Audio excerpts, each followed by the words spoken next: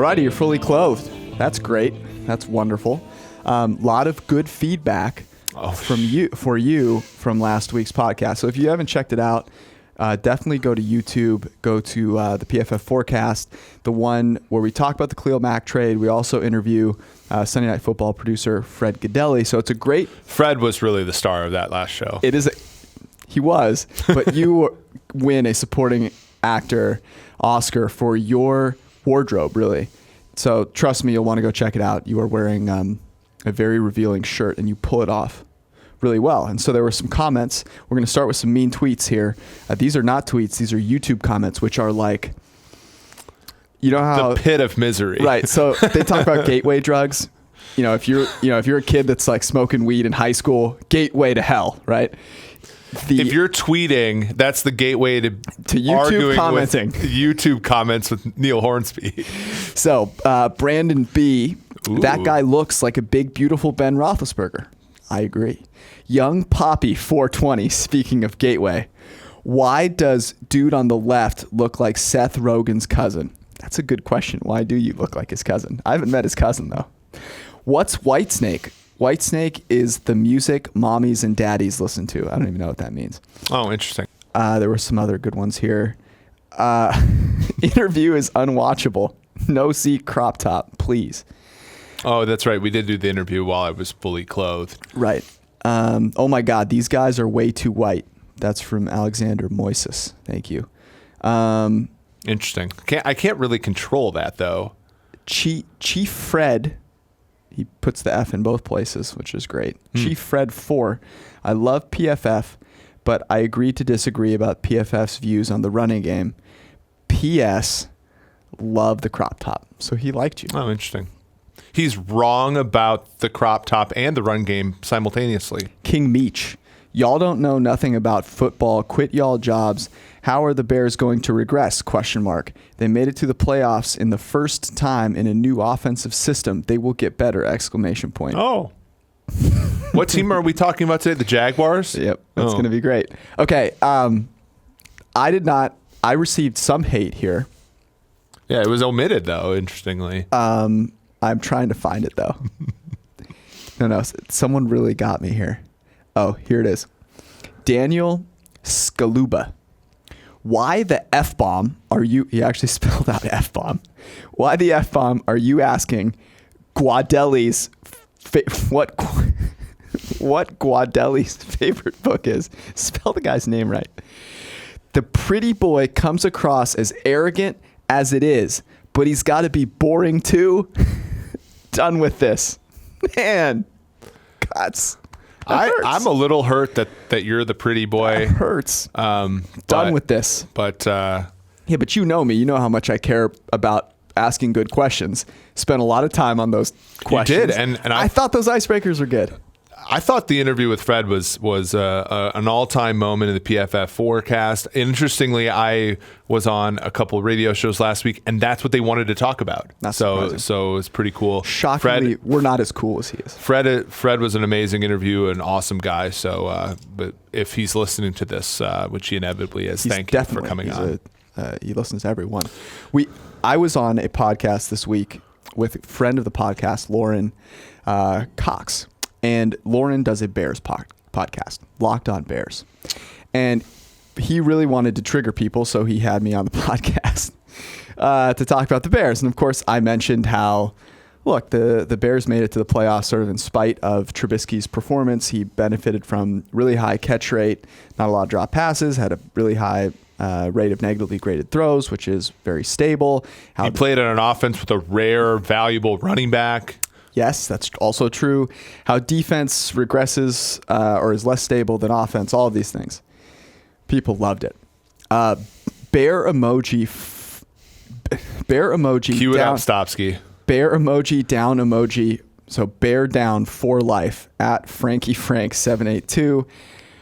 Get ready with the bleeps here. Fuck PFF George and ... Fuck your podcast. Unfollowed. I'm done. We actually missed the best name for this podcast. I feel like our podcast should be just fuck your podcast. Yeah, unfortunately, Stavsky would have a lot of work to do. This gets me, though, to a bigger point that I think is really interesting. We're both fans of our own teams, so we kind of get this. The idea that you would want to go into a season with expectations that are as far away from the truth as you can get, right? So you just always want to be positive. Is ridiculous to me. I would rather go in with the most logical set of expectations I can and then be pleasantly surprised and enjoy the season that much more if they overachieve. Yeah. Instead of going in and having everything, all the excitement be me getting juiced up before the season starts and then be woefully underserved when it happens. Yeah, and as the holder of Minnesota Twins under tickets as we go into opening day today, I think that's honestly like the thing that once you get into like the professional part of sports, you sort of like, I think, go towards, right? Like you honestly probably see too much and you see too much of the distribution. Like if you're a Niners fan, right? Which I am. At this time last year, it was a very positive time. We're talking about the draft in terms of like how not to screw up the Jimmy Garoppolo era, not to... I was researching Atlanta Airbnbs. Exactly. And so very, very clearly that what can happen to a season with high expectations. And I think, when people say stuff like, how in the world can the Bears regress? They were great their first year. Like you sort of like overlooking all of the things that can ever, like, recency bias, the fact that they're sneaking up on literally every team in the NFC North, all the things you said about Trubisky, and then of course defense, which we'll talk about today with Jacksonville. So there's that. But you should go check out Lauren's podcast if you are a Bears fan. He will give you some really interesting stuff about the Bears, and I will not be on it every week, so that's a good thing for you. But anyways, there are some recent major signings. New Orleans Saints signed Jared Cook. That's a legitimate, like, really good free agent signing to get him for $16 million, $7.75 million a year.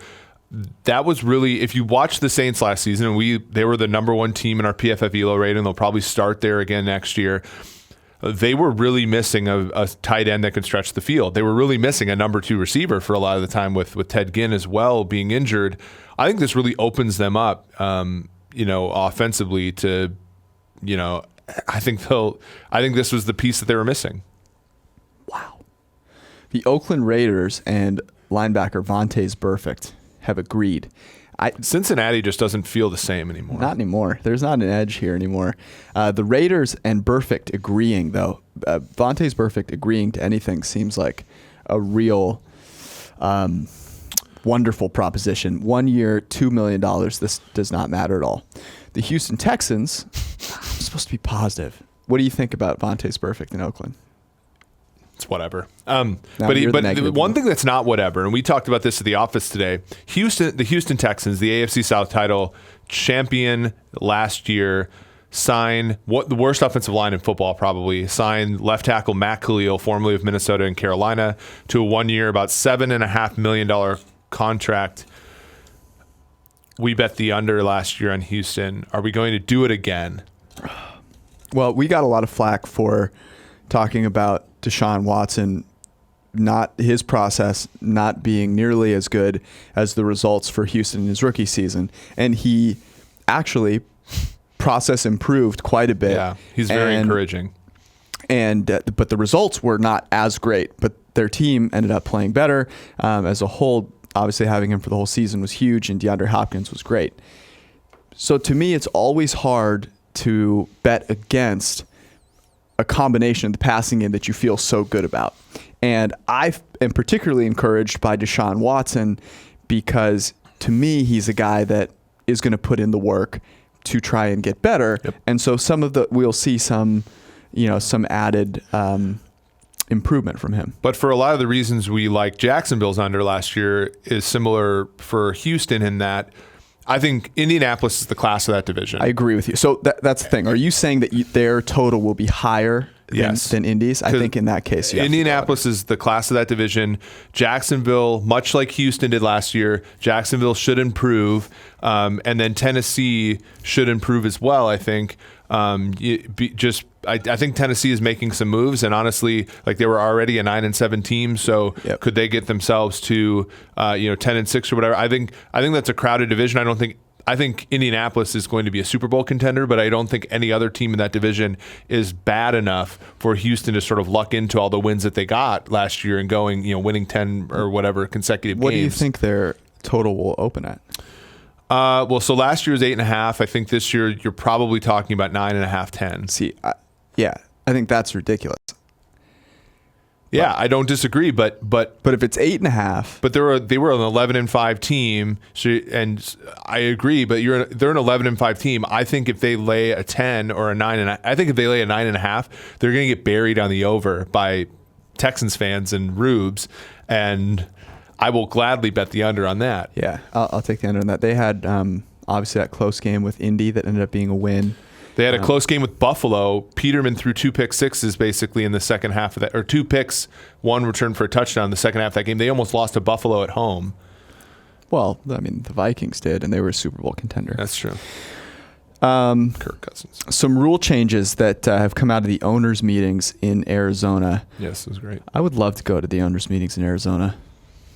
Chris it's a dry usually heat. does. Yeah. Although he's here today. Could use some heat. Well, it's Cincinnati Reds opening day, so you can't actually have Cincinnati Is Chris Reds throwing out the first opening pitch? day. I think he's too big time for that. I think the Reds got to win some games before they can get Chris to do that. That's great. But a couple of rule changes that are interesting. The first is the ability to review a potential or a called pass interference. So they're not adding any challenges to it, but now you can use one of your challenges to review that play.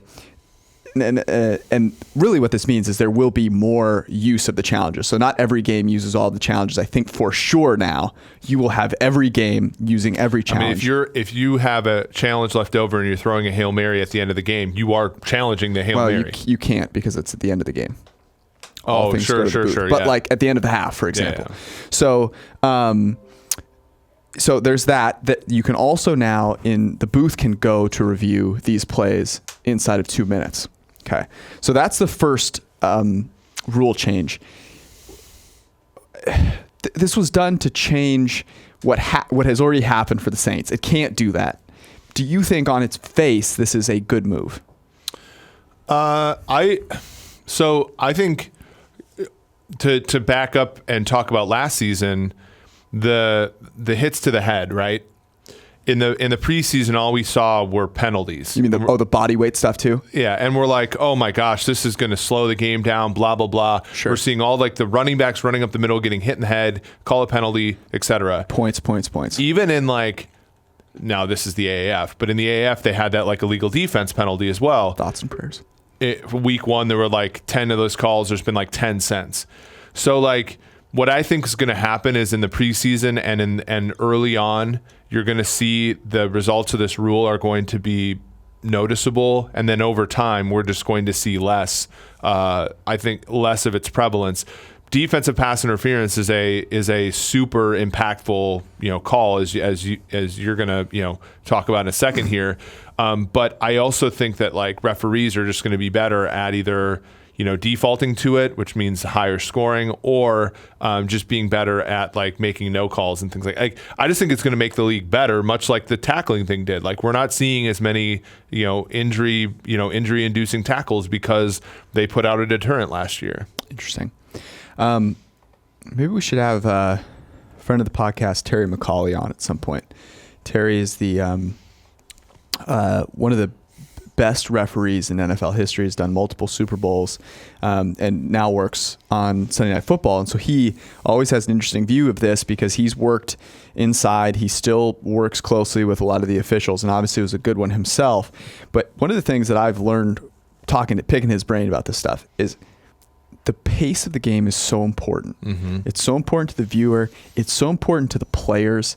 It makes games more exciting. And so anytime you have something that potentially slows the game down, particularly if it's a close game inside of 2 minutes and it benefits teams without timeouts to just try and throw the ball into contested situations because, well, look, they're going to have to review it because now that we can review it, there's going to be calls that are just as close as that get challenged and get reviewed all over the place. So that to me is worrisome. And I think his point would be, look, we just need to have a much clearer empowerment of referees to make calls. So what you were talking about with the body weight stuff, like if you just have a clear and consistent rule and you're not making refs worried about calling a bunch of them to start out the season and then saying, oh, now you got to back off. Well, then you've got consistency that by the time you get to the playoffs is actually like being affirmed instead of all over the place. So I mean, I don't know. I mean, in the Canadian football, I don't watch the Canadian Football League. You don't? Do you bet on it? No. Yes. No. The thing is though, like they do review pass interference there, and I think that these things evolve to the point where it's not going to be an issue, right? Like there was a time in the NFL where we had instant replay and then we lost it for like 5 years and we got it back. And like, I think that, humans are great at adapting. The game will adapt. It'll be probably rough at first, but we probably won't notice it in 2 years. Terry called to mind a play in the Dallas-Seattle game that Dallas fans will probably not remember as vividly as they should, given the outcome of the game. But there was an interception in the red zone, basically almost in the end zone. I think it was KJ Wright.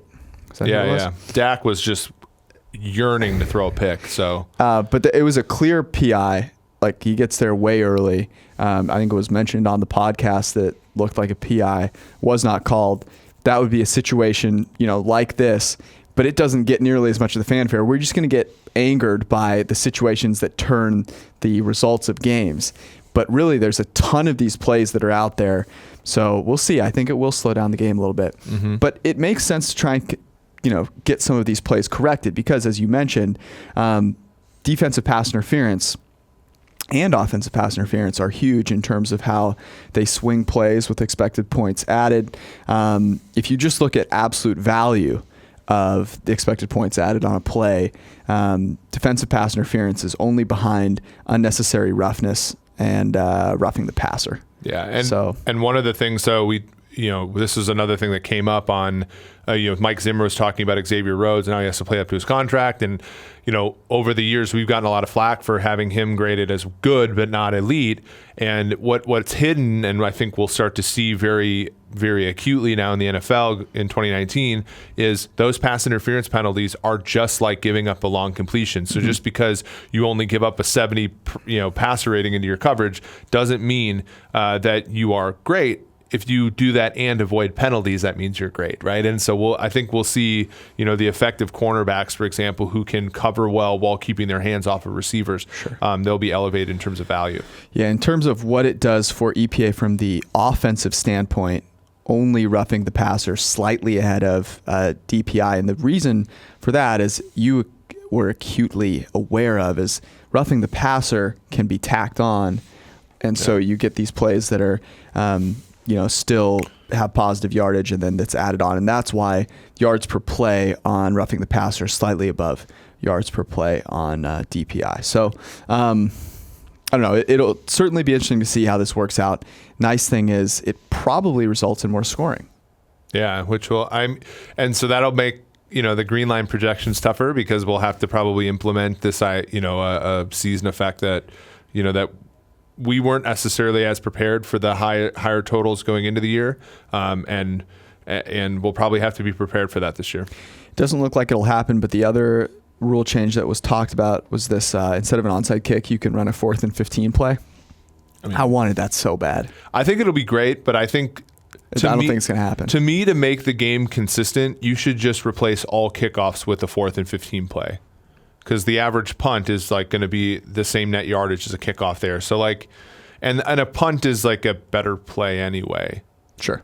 Yeah. You're right. The annoying thing would be that they would implement some weird rule like they did in the AAF, where it's like you can only do it when you're down 17. You can only do it once a game. No, if you're going to put it in, let the Patriots run a 4th and 15 at the start of the second quarter. Can you imagine Belichick just taking a day every week just to practice 4th and 15?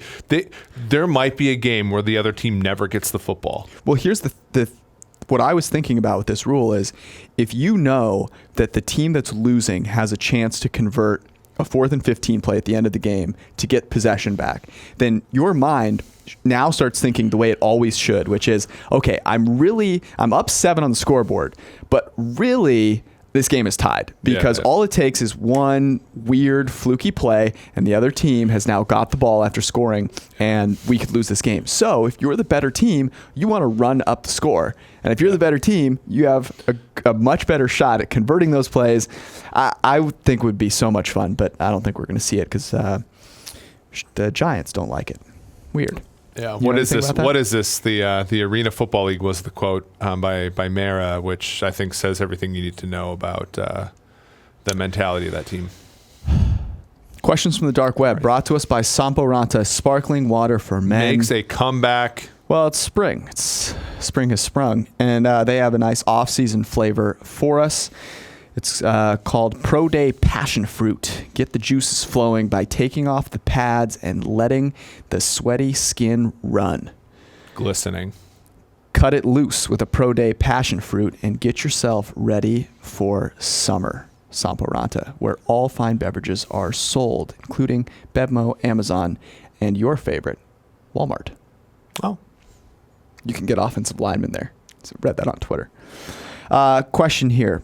Since PFF's archive began, have any top/mid-tier quarterbacks been, say, bottom 5 in negative graded throws per dropback? Ooh. This is off of our Bears talk with Mitch Trubisky, who I believe led the NFL in highest negative graded play rate. Yep. The most stable statistic that we have for quarterbacks.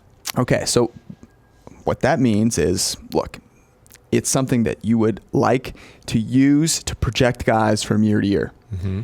So guys like Drew Brees, Pat Mahomes led the league. They allowed themselves, they gave their team more chances to make plays, right? I sort of say, okay, what's a negative throw? Well, just think of an uncatchable pass. Mm-hmm. Okay, that's going to be a negative grade in almost all situations. So you want to give your receivers the best chance they can making a play, and that obviously takes that out. So Trubisky was first, Josh Rosen was right behind him, then Josh Allen, then Ryan Tannehill, then Jameis Winston, then Ben Roethlisberger, then Eli Manning, then Sam Darnold, then Case Keenum, then Dak Prescott. So a bunch of Super Bowl contenders there this season. Notice that, I mean, people talk about how, Le'Veon Bell and all that, and, Antonio Brown and all that sort of led to the Steelers' demise this year, but it was really Ben Roethlisberger who didn't play particularly well. Your cousin. And the Juju Smith-Schusters and the Antonio Browns elevating them to a point, but not being able to get them over the hump this year in the AFC North. So the question is, has anyone ever managed to overcome such a terrible statistic? Ooh. So I'm going to read you the 5 worst quarterbacks in negatively graded throw rate for the past, 5 seasons here. 2017, Deshaun Watson, Deshaun Kaiser, Cam Newton, Simeon, and Winston. So Watson overcame it. Yeah. I would say the next season. Yeah. Right. 2016, Fitzpatrick, Newton, Simeon, Mariota, Osweiler. Yeah. Not looking good. 2015, the Ryan Mallett, Colin Kaepernick, Johnny Manziel, Jameis Winston, Ryan Fitzpatrick. Johnny Manziel is a backup quarterback in the AF now. By the way, I just want to call attention to the Winston Fitzpatrick. Those guys are legends. 2014, Drew Stanton, Brian Hoyer, Josh McCown, Blake Bortles, and Kyle Orton. McCown's a great one because McCown in 2013 got that big contract from Tampa Bay by having a passer rating when pressured 30 points higher than anybody else. Goes to Tampa, stinks because Tampa chased an unstable stat for a QB. 2013, Terrell Pryor, Case Keenum, Matt Schaub, Houston Texans, baby. Kellen Clemens. Yes. Joseph Flacco. So it doesn't look so great. No. There's a reason this data point is stable. But look. Why am I seeing Cleo Lemon's name in here? Okay. So I pulled up. I went even further back. It's not totally impossible. There are some guys who have become legends despite having a season in the bottom 5. So the first one is in 2012. Andrew Luck was like 3rd or 4th in highest negative throw rate. Gets better. Jamarcus Russell in 2008. We all know how great he's become. Our friend Bruce's friend. Exactly. In 2007, a couple of guys you will not forget, Cleo Lemon and Kyle Bowler. And then a quintuplet of beauty in 2006. Brett Favre, Rex Grossman, Vince Young, Joey Harrington, and Mr. JP Lopsman. Mr. JP Lopsman were the top 5 in negative throw. So from Favre's data point and Grossman's, I think the clear thing is that you just need to get Bernard Berrien on your team, and you can overcome this difficulty. You're welcome. Okay, let's leave it at that one. Okay. I think we have another question from friend of the podcast, Subi Bo, about like how to allocate draft picks. Mm-hmm. But that might be a good discussion for next week. Yeah. So Subi, we're not going to forget about you, but we have to talk briefly about one AAF pick. God. I mean, they're going to be extinct. It's like the dinosaurs. Yeah. So the hilarious Ice Age cometh. The hilarious thing here. So the one pick I'll talk about, and you're going to give me 120 seconds. So the San Antonio Commanders. When I put this on our page, we're -1, -110. They got all the way up to -1.5 by the time we've gotten this podcast, but they are favored at home against the Arizona Hotshots. I think we are going to print San Antonio -1.5 as our second AAF spread pick. If you're listening to the podcast now, go ahead and get yourself some San Antonio Commanders Sunday night at 8:00. Maybe the last game in AAF history. I can't think of anything I would rather do this weekend than watch the AAF. I mean, there's no good college tournament games on. Tiger isn't playing, so like what else? This is like the fundamental difference between you and me, though, because you are, I would say, far more well-rounded in terms of the sports you enjoy. You enjoy basketball. You're very good at like you pick basketball games far better than I do. I would hope so. Yeah, all that kind of stuff. I legitimately like football for its own sake. So like it's strange because you don't even like. I mean, you tolerate college football. If there's a good quarterback, I'll watch it. But you don't even like college football that much. Whereas I find it great. Horrid. Well, it is horrid football, but that's the thing. So like the difference between you and me is, I like really good basketball. I like really good sports, but I like football no matter the quality. No matter what. And I need the quality. You need the quality. I need the quality. I don't even think you'd want to watch like Jacksonville, Washington, if the quarterbacks are Josh Johnson and Cody Kessler. God no. But I will say this: the college basketball games, Florida State +8. If you're getting to this before 7:09 Thursday night, let's go, my Noles. So San Antonio Commanders -1, Are we going to print my college tournament picks? No, this is profootballfocus.com. Not okay. Because if Florida State wins that game, I will be doing very well in some different pools. Tell me more about your bracket. Well, look, in my women's bracket, I'm doing very well. And here's the other bet I'm really excited for. Kyler Murray, #1 overall. I don't want to jinx it though. So right. We had it at +300. It's -400 now. Let's not talk about it. Do you want to get to the Jags? Yeah, let's talk about the Jags first. Hold on. I had one thing. I got to get this out. We'll call it a people helping people thing. It's my soapbox. People are going to hate me for this. But the Browns have done very well recently. And people still are getting really angry about Sashi Brown. Mm-hmm. This is all because of Sashi. Thank you, Sashi, all of this stuff. And we go sarcastically with thank you, Sashi stuff. But people are super serious about it. I want to make super clear to people that the Cleveland Browns analytics department is in full force.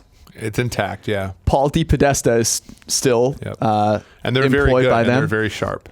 Andrew Healy, who is a very, very smart guy, works for them. He was actually a professor of mine at LMU, has multiple math degrees. They have a lot of people in that department working very hard, doing stuff that is a lot like what we do, looking for things that project from college to pro, what things are stable, what things aren't. So let's not just throw all of the analytics out of the way and say, look, they're just getting lucky now. Yep. No, they have very smart people that were making these decisions either with Sashi or based on the fact that Sashi got fired. Maybe he wasn't making any decisions and that's why he got fired. I don't know. I'm just throwing it out there. If you can't keep your job as a general manager, some of that is on you. Okay, buddy? So people need to get over it. I won't get any negative comments for that. That's I'll push back just a little bit to say that I do think that I do think it's, so our friend Kevin Cole has the podcast, What Would Sashi Do? Right. I think that has to be sarcastic. A lot of those things are sarcastic, but I do think as like a figurehead, he had some value. But I agree with you in the sense that when people overreacted to Sashi getting fired as this idea that they were going to go back to the Stone Age, and that clearly hasn't happened, which I think is a testament to some of the positive things that John Dorsey has been able to embrace. And also, even though they have been painted as dysfunctional as a group, they are at least moving process-wise in the right direction. So the Browns have made a lot of good decisions, including last year's draft, which did not involve Sashi. So I do want to give Sashi credit for getting the ball rolling and producing a culture where those guys could work. But I agree in that, like, the dream did not die when Sashi did. Yeah, I would say there are some evidence that the culture he produced did not work. Yeah, like that. Those things you can be a intelligent person analytically, which I'm sure he was, and you can foster that, but you can also be a disaster. But it's tough because if you are, because it was clear that they wanted Sean McDermott and not Hugh, right? And so the question becomes, like, if you're Sashi Brown and you're going to be a GM, do you have, because that guy, that Rule guy that was offered the Jets job, and they're like, yeah, but we're going to stipulate that you hire these assistants, right? And he had the balls to back out. Exactly. Like, I don't necessarily want to fault a guy for saying, look, this is my one chance at a GM job. And then when they like sort of pull some of the rug underneath you and say, well, we're going to hire a coach I don't know if I would have the stones to quit then, or if I would have this, you know what I'm saying? Or to say no to that job. So I'm going to be a little less of the Sashi failed to build the culture when I know that he doesn't necessarily have the power over the entire thing. Yeah. I guess I should be less negative about Sashi and more just, I just don't think we should be giving him the credit for how they've done. Like, they have guys that are actually doing math and they're building. He deserves a non-zero amount of the credit, but not 100%. Thank you. Okay. All right, now we can move on to the Jags. Our Jaguars, shockingly, somehow did not progress last season. Blake Bortles did not take the next step. They went 5-11, which honestly, based on the way they closed out the season playing, they started 3-1, and they almost buried Tom Brady. Their over/under was 9. We had them at 8.1 in our projections. They started out 3-1. We faded them against the Pats in week 2, and they drilled the Pats, crushed them. We only picked them 2 other times during the season. We faded them against Houston. They won. We faded them against. We bet on them against Miami, and they won. Blake Bortles came off the bench, so we were 2-1 picking Jaguars games last year on the PFF forecast. So not a bad one, but again, we got a lot of flack last year because of things like, you guys always undergrade our receivers. You guys, why are you saying defense is going to regress? They're terrific, and they're built. They're much like the Bears. They're built strong. They built through draft. They built through free agency. They got good players across that entire spectrum. And again, what we said was exactly what happened. That defense, in terms of EPA allowed, 5th. They're not a bottom 5. They're a top 5 defense. But you go from 1st or 2nd in those categories to 5th. They're 5th in passing defense, 5th against the run. Going from 1st to 5th means Blake Bortles is under an incremental amount of additional pressure to succeed, and that offense simply couldn't fill the bill. They weren't ahead as much, so Leonard Fournette, of course, did not take the next step as a franchise running back. They were injured. Marquise Lee got hurt as a wide receiver in preseason. Keelan Cole, all those other guys were not able to step up in his stead. So, we did see a huge regression for the Jaguars last season, despite having a defense that I still think is really good fundamentally. Well, that's the thing. And that's why I'm bullish, because they progressed a little bit defensively, but things are unsafe. They could, they can still maintain, I think, somewhere in that upper tier of defenses. Like, that's a possibility, right? Yep. So I'm a little bullish on them this year. The quarterback thing, I think we should talk about in a second. But to your point, they go from 1st to 5th in passing EPA allowed. Yep. But the magnitude of that jump is massive. Yep.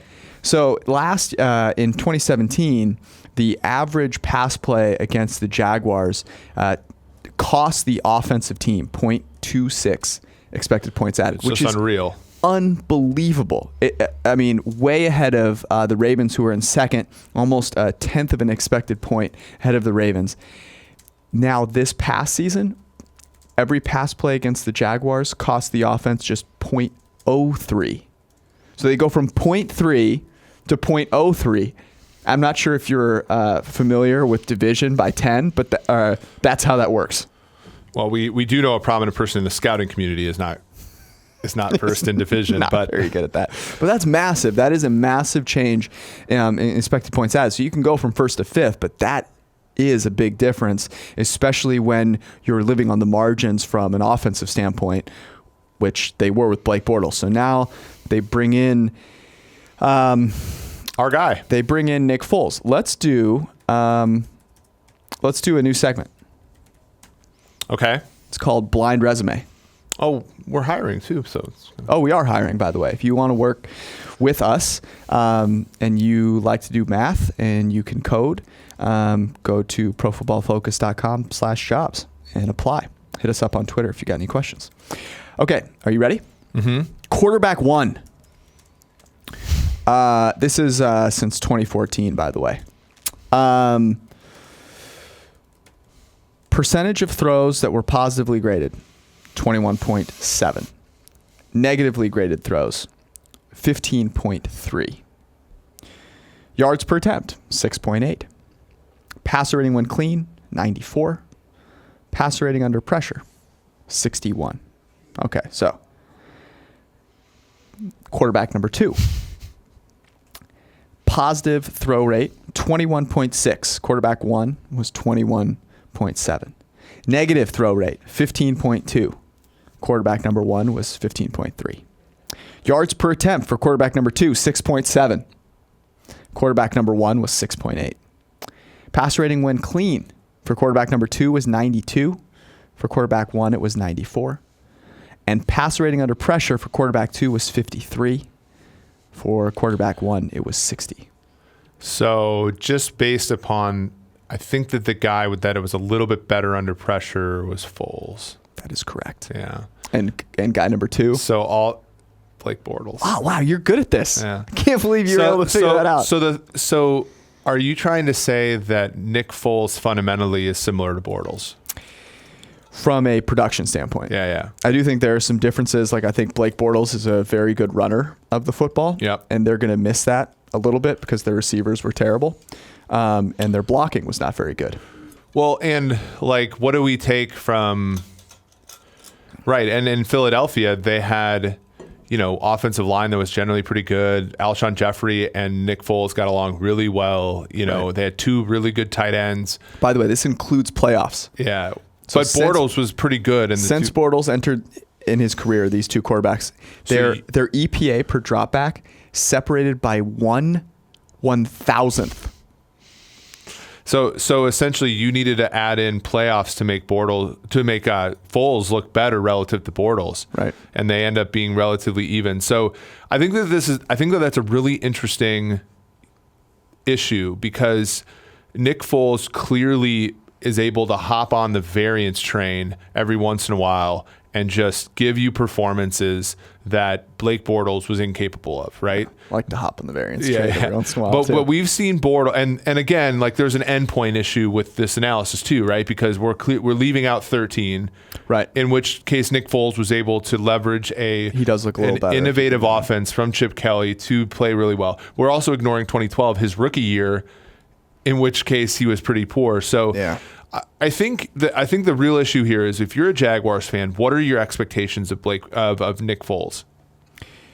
Well, what should they be? What should they be? Yeah. I mean, because I think if you're not fair to Nick Foles, this is going to be like St. Louis.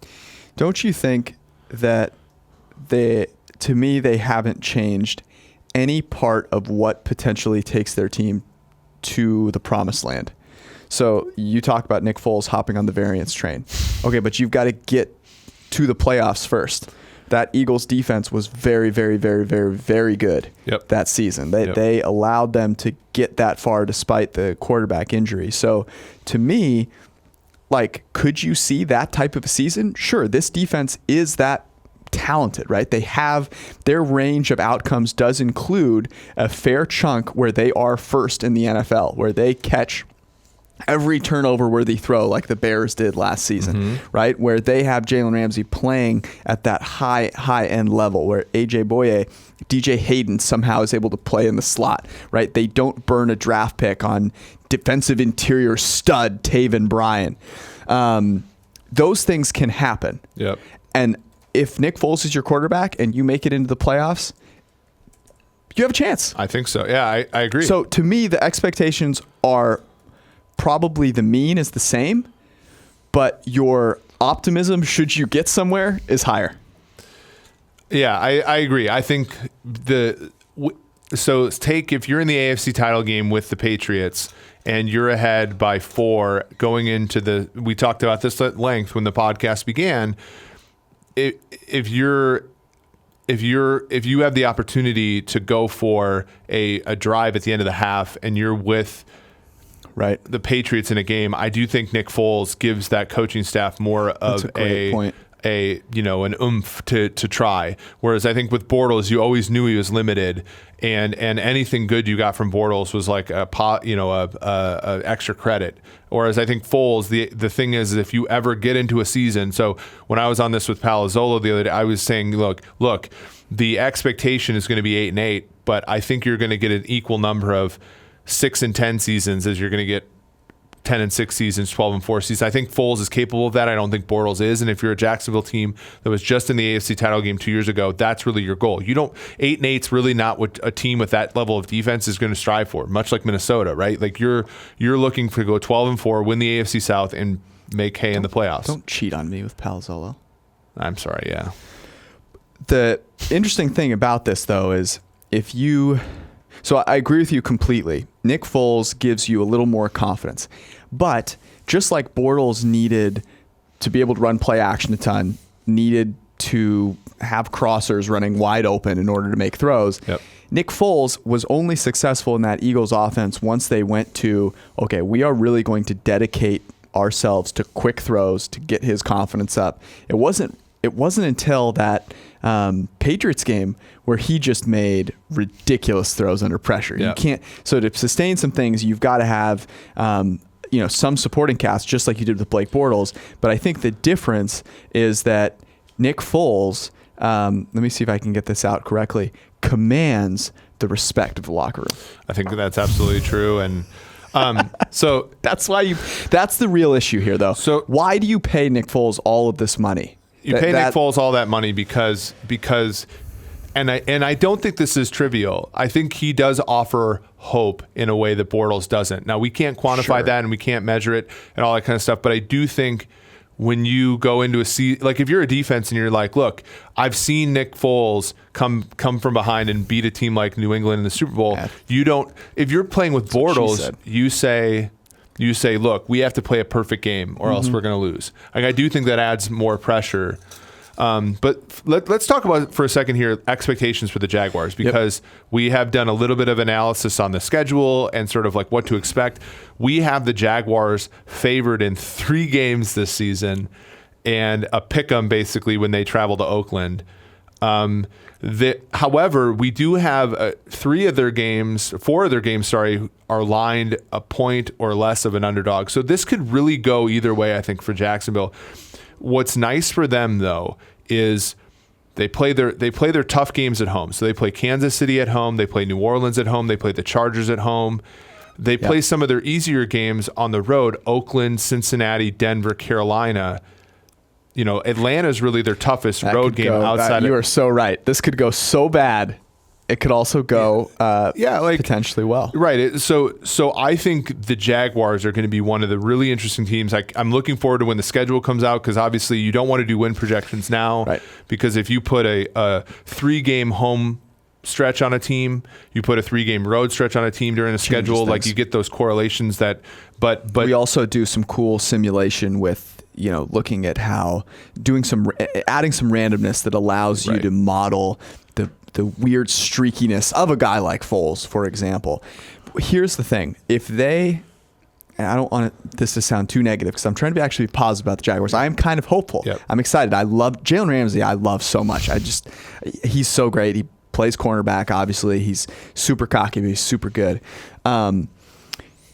If they are good this year, it will be in spite of a lot of the decisions they've made. Yep. Nick Foles, despite offering hope, is grossly overpaid. They're going to need a quarterback. At 7, they probably should be investing in a quarterback. They picked Taven Bryan, right? They lit a first-round pick on fire. When they could have had Lamar Jackson, with or they an could have interior had defender.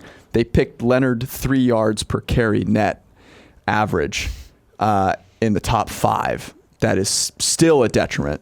I still am hearing about how they need to get Leonard Fournette help, which is comical. They made Andrew Norwell the highest paid left guard in the history of the NFL. Yes. Despite the relative insensitivity of offensive success to the play of the left guard.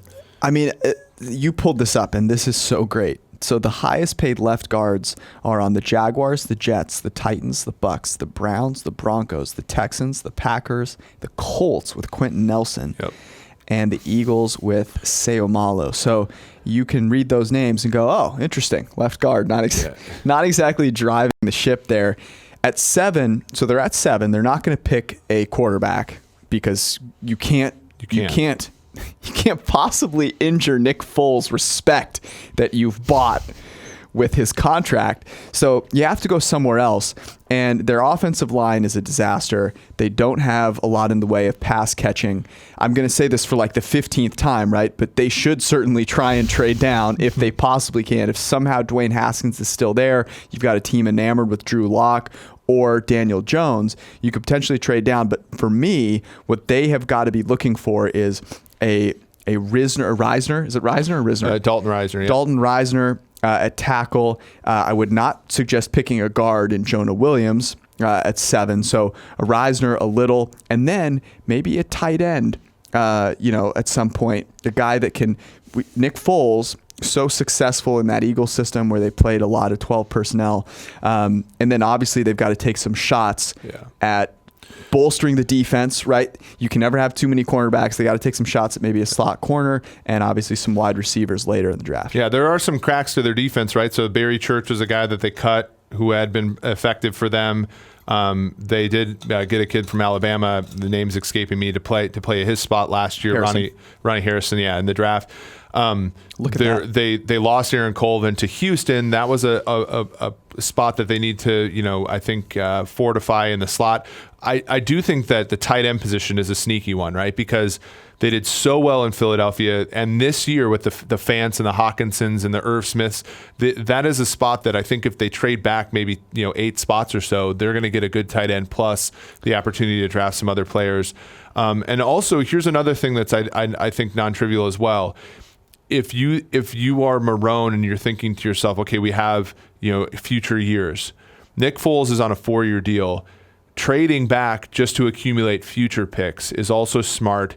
It offends our immediate gratification sensibilities, but it is also smart because I do think this team is more than just one draft away from being good. Right. And if they draft well this year and then they have subsequent picks next year, they might set themselves up pretty good in an AFC South where I think that if you don't, you're going to fall far behind the teams like the Colts. I mean, I agree with you. Obviously, they're more than one draft away because I think they're actually a quarterback away from being good. But if you are trying to maximize the Foles contract, then you're players away from being good.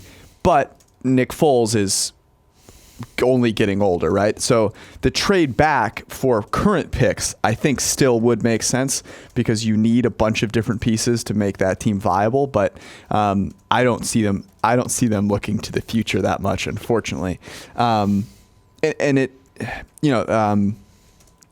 Lurie had this comment. I think it was quoted in Pro Football Talk this week about how our draft strategy is to accumulate volume, because we are not cocky enough to think that we're any better at picking players than anyone else, which we have been saying, forever. A lot of people have been saying forever. Hubris is a huge detriment to teams in the draft because they think they know what's going on and you really don't. And that would greatly benefit the Jaguars because they are not going to be better at drafting than anyone else, and they need multiple players. Well, don't you think the Taven Bryan pick was also that type of situation where you got to pick 29 wherever they were, and the egg timer goes off, and you just pick the best player available? And it's like, well, if you had more of a plan, and there could have been very real things against trading back. Like, we know that like the Patriots like to trade back, and they ended up getting Michelle. So there could have been like no market for that pick at that time. Sure. But at the same time, like, I don't think just like punting a draft pick on like a developmental defensive lineman on a team that has Calais Campbell. No. They did have Malik Jackson at the time. They no longer do. Marcel Darius. Like, it was really like a really head scratching pick at the time. Hopefully he turns out, but it is an example of something where I don't think that they necessarily had a plan there. I agree. The one last thing with the Jags that I would really like to see is Doug Marrone return to a little bit of the go for it,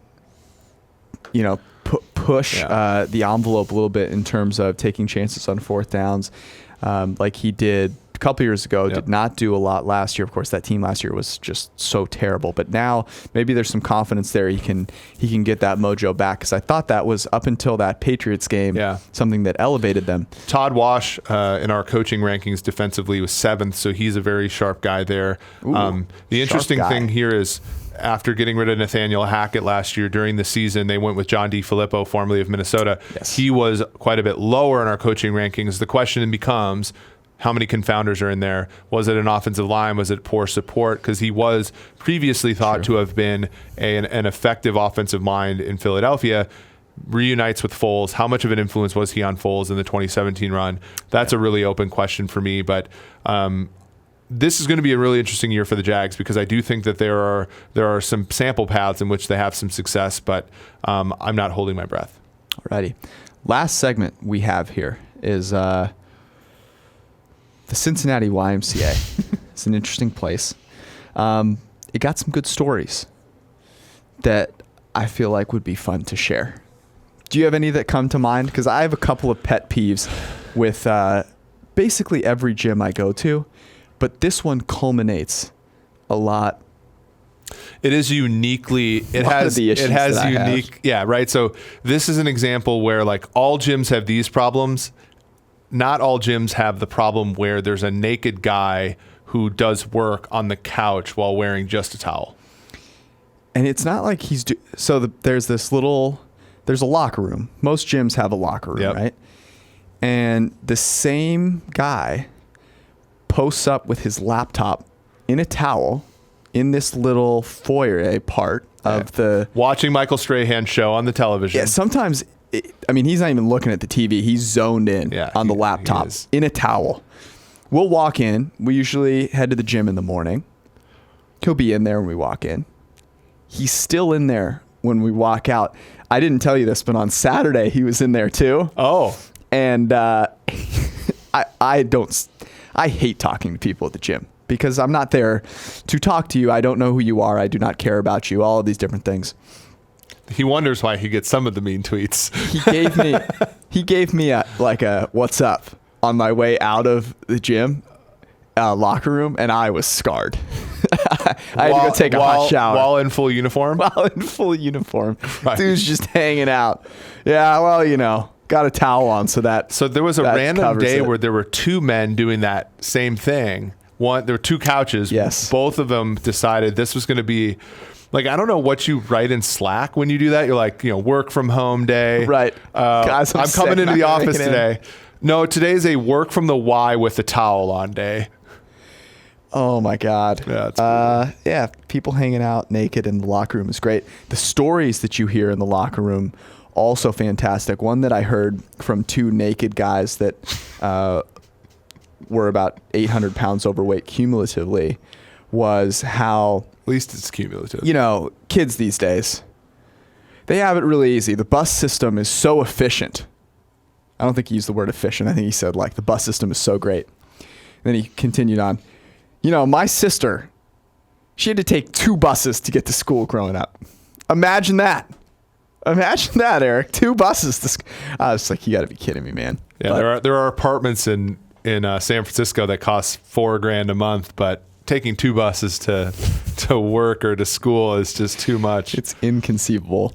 I have one other story from the Y, and I want to get your take on it. Okay. I'm a smells guy. Okay. I have real issue with Ubers that smell really bad. You really do. It's horrible. But if your car smells like you've been, cooking in it and sleeping in it for the past year, that's an issue. It is.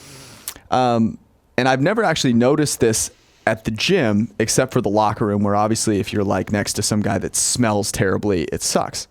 So I'm running sprints. I'm on a treadmill, and I'm in the middle of sprint 1 of like 15. And the treadmill next to me is empty. A guy comes and jumps on. I mean, BO, that was just, it was so pungent. It smelled like he was wearing clothes that he hadn't washed in 3 weeks. Normal looking dude, whatever. He's doing like lunges at, half a mile per hour. But I can't breathe. So I finished sprint 1 and I have to move, but I feel bad. So I pretend like there's something wrong with the treadmill. I'm like looking at it like, whatever. And so I like say whatever, and I moved to one like 5 down so that I don't have to smell this guy, and continued on. Was that the right thing to do? I honestly was super surprised you even had to like lie. I don't want to make the guy feel bad. But how else? This is a feedback world. You're actually contributing to further issues, right? Like normally I'm like nicer I always than give you Uber in many ways. If an Uber driver's car smells bad, I let them know. Yeah. I'm paying them. It's not like a free service. Right. But you're also paying for that spot in the YMCA. Well, not really paying for that spot. When that spot is it smelled really bad. I can't be sitting there. Like, I'm struggling enough as it is to run. I am a terrible runner. I need to have a great environment for me to even be half successful. So I felt bad, though. I mean, it was so bad. Well, why didn't you just tell him, though? So bad, because I don't want to waste my time telling him. I'm in the middle of a workout. But you wasted your time like pretending to have it was like 3 seconds where I like looked at it. I was like, whatever, and walked over to a new one. I mean, here's the worst part, though. Some other guy, like 5 minutes later, comes over and uses that same treadmill and managed to get it to work. I don't know how that happened. So somebody who has a bad sense of smell. Apparently.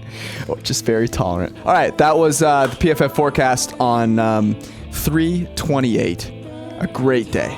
Opening day of baseball. We'll see you guys next week. Hit us up with any questions. Of course, if you're interested in a job at PFF, go to profootballfocus.com/jobs.